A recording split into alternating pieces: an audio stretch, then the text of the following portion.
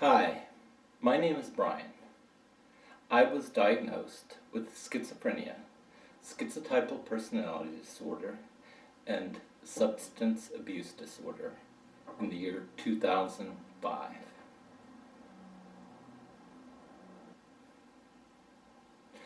I experienced my first major psychotic event in the year 2004 while traveling in Thailand.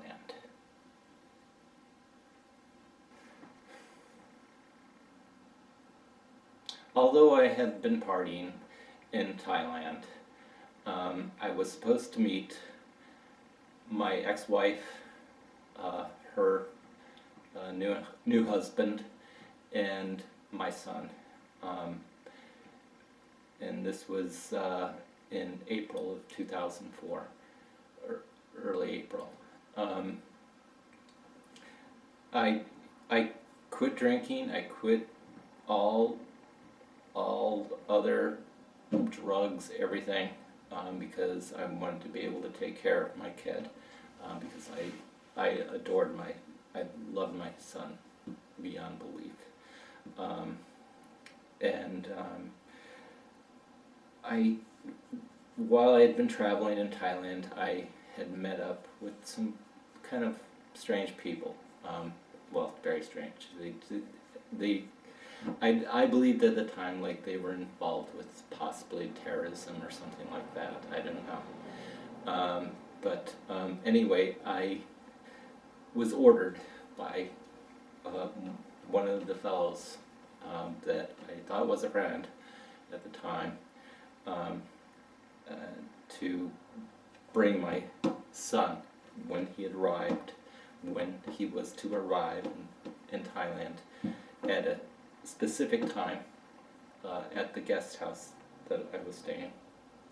I was totally frantic because I believed that something bad was going to happen to my kid if I didn't get him back to this spot at the guest house in time. And I ended up racing um, down to Bangkok in Thailand. And when I got there, I was waiting, and my ex-wife and her husband was, I thought, was supposed to arrive on a certain date and time, and they never showed.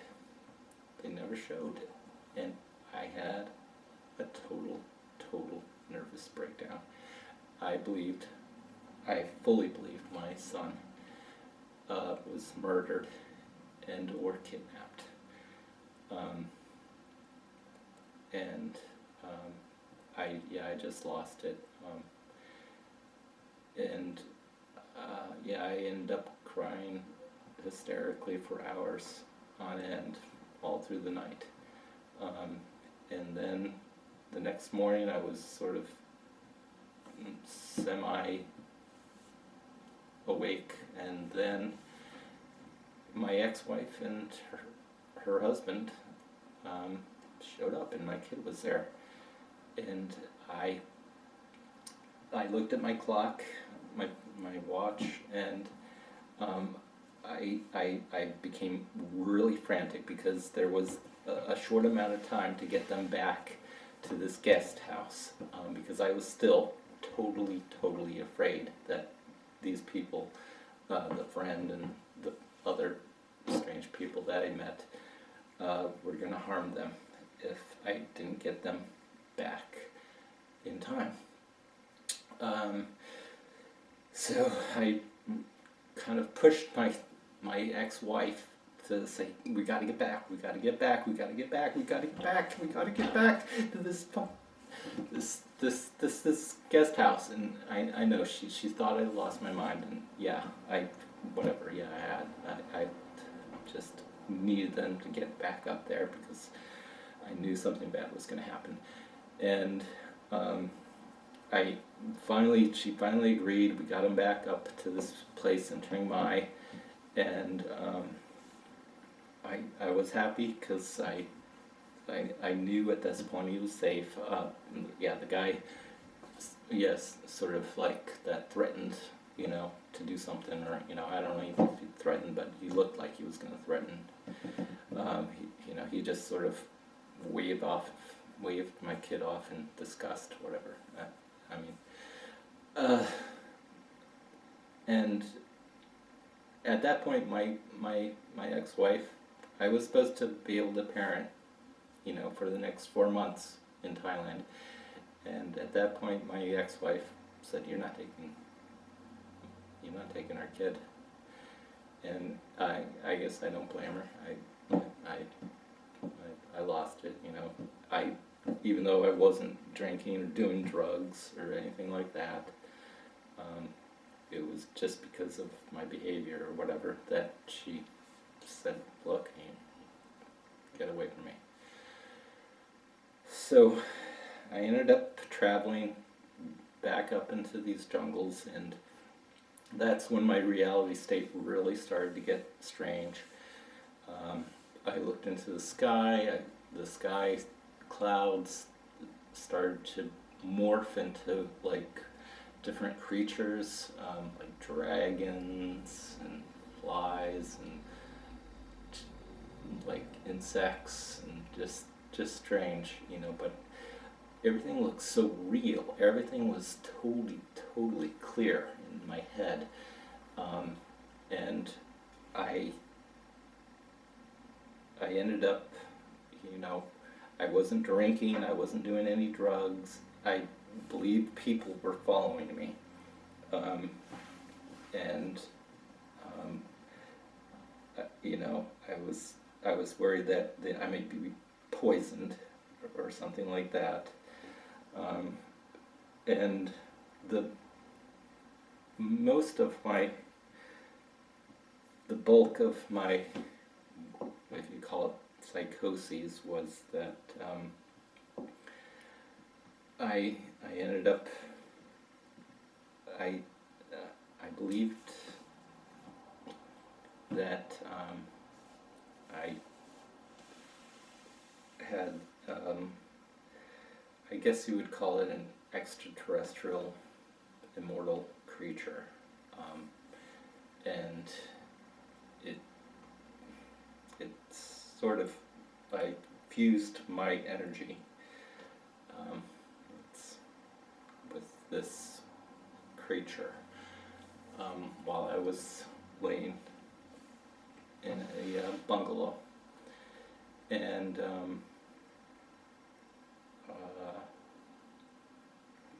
things got weird. I started seeing trolls, and everything was crystal clear. Though it was like it was more real than my life ever had been. It was, and at one point I was walking, and this man grabbed my hand.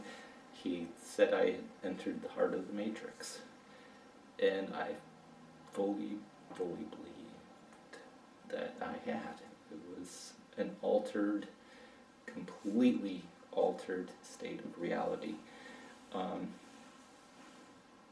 And yeah, one of the things is I had a belief that my true father was Stephen Hawking.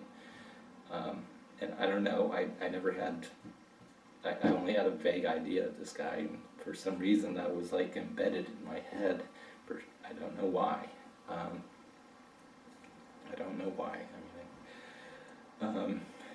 Anyway, there's a lot more strange, weird details that I could, but they're probably too graphic for anybody to listen to, except my original therapist.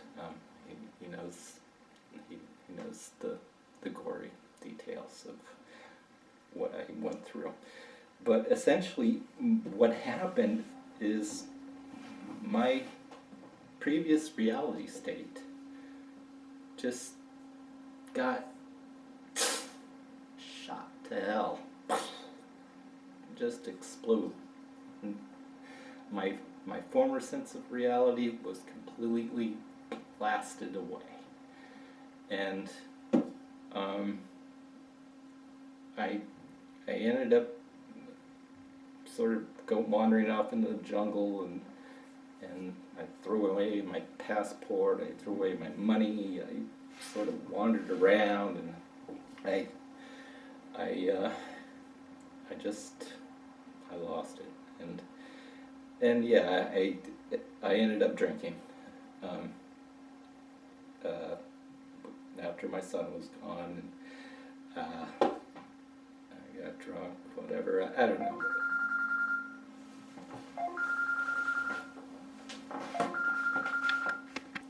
Well, yeah, actually, before I got drunk, and this was when I was in the height of my psychosis. I totally destroyed a bungalow in this small town that I've been sort of wandering around in, and I was tackled down by police, and I was put into a psych ward. I don't know if you call it that exactly, but I got thrown into a psych ward in Thailand. That was my first involuntary psychiatric whatever admission, incarceration, whatever. And that was sort of like the beginning of a long period of hell. I my dad at that time had heard about the news through my mother, because they lost contact with me completely, and he ended up flying out. I got a temporary passport to get out, but after that, my life was basically I just sort of I just wanted to escape my reality, and alcohol was a solution at that time, and I I ended up, they call it self-medicating, and I drank near lethal amounts of alcohol on a daily basis. Cheap, but a lot. And yeah, usually I'd drink to the point where I'd get caught for like public drunkenness, or spewing some of my whatever psychotic thought processes, and I end up getting thrown back into another psychiatric facility. Yeah, and it was like this back and forth, and I'd end up traveling all over the place, and I'd still end up getting thrown into some either jail for some petty offense, or another psych ward. And yeah, yeah, really, I shouldn't be here, but I am. And one of the reasons I am here is because I found recovery. And I was fortunate. My mother knew I was gonna die soon if I didn't somehow get into a program. And I moved into a community residence here in Philmont called The Hearth, and got introduced to recovery classes to help manage my thought process, because just popping pills or getting shots, that didn't solve anything. It was just I hated it. And as soon as I got out, I ended up taking off and doing the same old thing, getting drunk and getting thrown back into another psych ward. But anyway, when I moved to this community residence, I got introduced to recovery classes, and one of the things that happened during this period was that I started taking classes from a teacher who had a clinical depression diagnosis.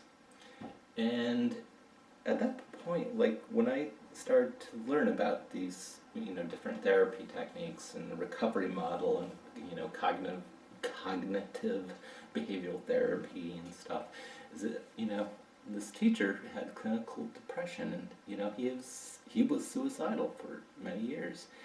And a light bulb, kind of went off in my head, and I was thinking, if this guy can become a teacher, maybe I could start doing this, or, try to figure out a way.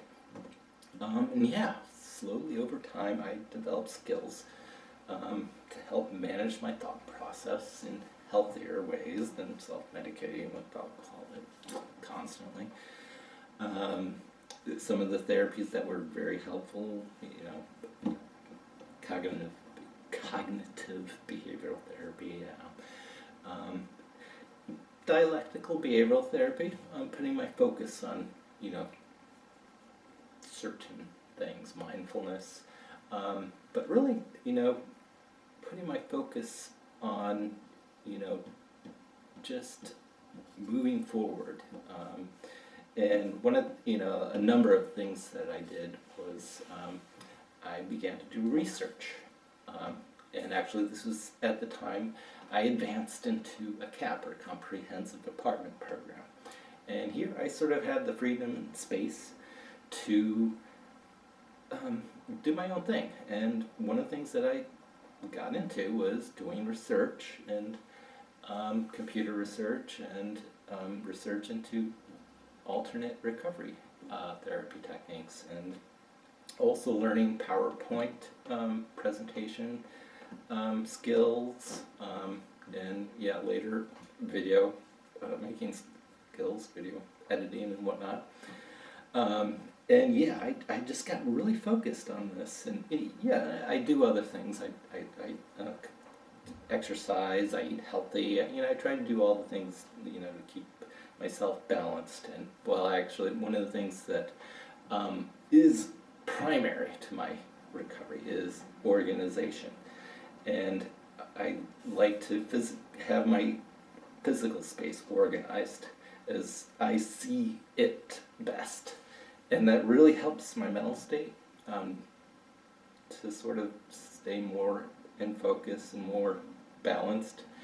But yeah, just putting my focus, on certain tasks is extremely helpful. And I guess, I do get a little bit OCD with some stuff, but, a lot of it is sort of meditative in a way.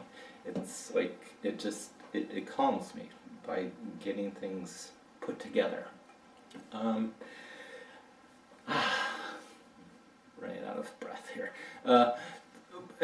Anyway, one of the things I really, really, really love is that I advanced to the point where I could start teaching some of the stuff that I was learning.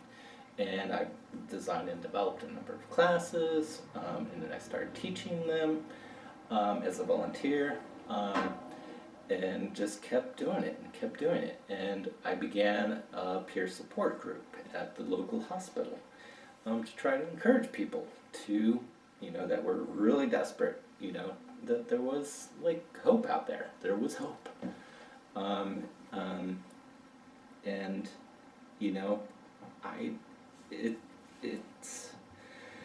it gives me a good feeling to know that I've helped others, because I was helped, and my life was saved by people and some of the programs that I got involved with. So, I believe in giving back what I got, and if that means working my butt off, then I'll do it, because it's worth it. It's worth it. Anyway, I can go on and on, of course, anyway, I'm glad we had this brief talk. And, well, if you have any questions, feel free to ask. All right. Thank you. Bye. Oh, and before I really say bye for now, I should emphasize that although medications are an important factor in maintaining one's mental health, whatever their diagnoses may be, an essential key ingredient to recovery is having a support network in place after being hospitalized.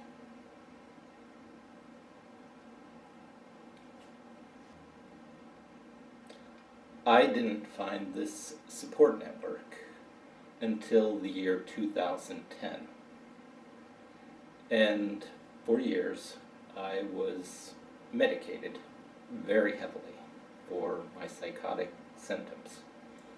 I was given shots of Prolixin, large doses of Seroquel, and that didn't work. That was not the complete answer for my personal recovery. What did help were the recovery classes that I took. Initially it was called IPRT, or Intensive Psychiatric Rehabilitation Training, and eventually it evolved into what is now called the PROS program. And yes, at this time, I've learned a number of skills through this program, and I am a graduate of the PROS program. I also teach classes now as a volunteer, but some of these classes are the evolution of the recovery movement, tools for abstinence, or tools and techniques for maintaining abstinence from alcohol and or drugs for those with a mental illness diagnosis and or diagnoses. I also teach a class on post-traumatic stress disorder, causes and cures.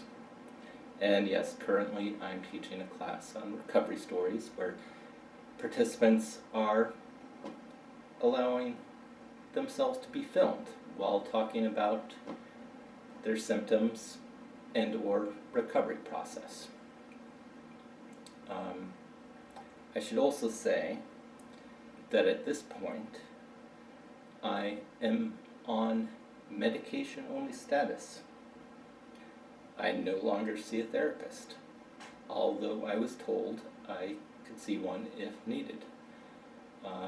And as well, the antipsychotic medication that I was given over the years, I managed to reduce my need for these medications to the point where I'm at a very low level in comparison to the extremely high levels that were given to me throughout my dark days, as one may say.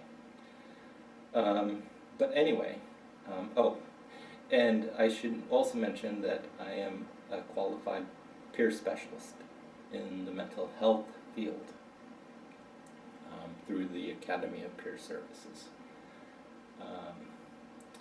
What I'd like to do is finish with sort of a video compilation with a little music that sort of highlights